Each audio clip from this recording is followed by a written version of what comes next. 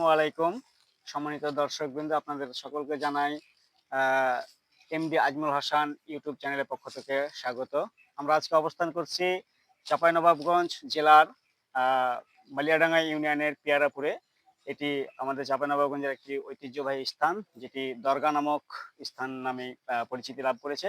আজকে আমরা এখানে আমাদের পুরো টিম নিয়ে উপস্থিত হয়েছি এবং আপনাদেরকে একটু ঘুরে ফিরে আমরা দেখানোর চেষ্টা করব। আমাদের সাথে আমাদের সকল সদস্যগণ এখানে উপস্থিত হয়েছে।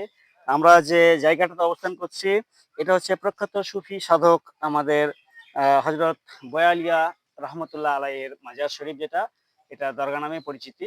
আর আমরা এখানে আজকে এসেছি মূলত এই জায়গাটিকে পরিদর্শন করে আপনাদের সামনে তুলে ধরার জন্য, এবং আমরা চেষ্টা করব আমাদের চাঁপাইনবাবগঞ্জে যে ঐতিহ্যবাহী স্থানগুলো রয়েছে সেগুলো সম্পর্কে আপনাদেরকে একটু তথ্য জানানোর চেষ্টা করব। তো এই জায়গাটি নানানজন নানান ধরনের প্রশ্ন করে যে এটি কিভাবে প্রতিষ্ঠিত হয়েছে বা কত বছর পূর্বে এটি প্রতিষ্ঠা লাভ করেছে।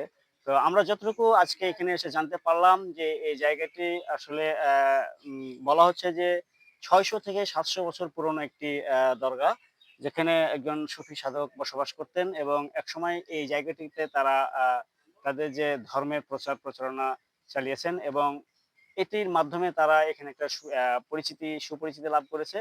এক পর্যায়ে তারা এই জায়গাটিতে শেষ নিঃশ্বাস ত্যাগ করেন এবং তার আহ, এই আমাদের মাজার শরীফটা এখানে অবস্থান করছে।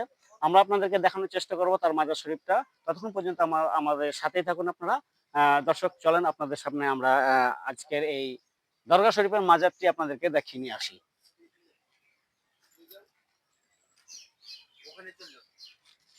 দর্শক, আপনারা আমাদের সাথেই থাকুন। আপনাদেরকে আমি আজকের এই দরগা শরীফে ঘুরে ঘুরে দেখানোর চেষ্টা করব। আসলে এক সময় এই দরগা শরীফে অনেক লোকের সমাগম হতো। তো কালের বিবর্তন আসলে অনেক কিছুই হারিয়ে গিয়েছে।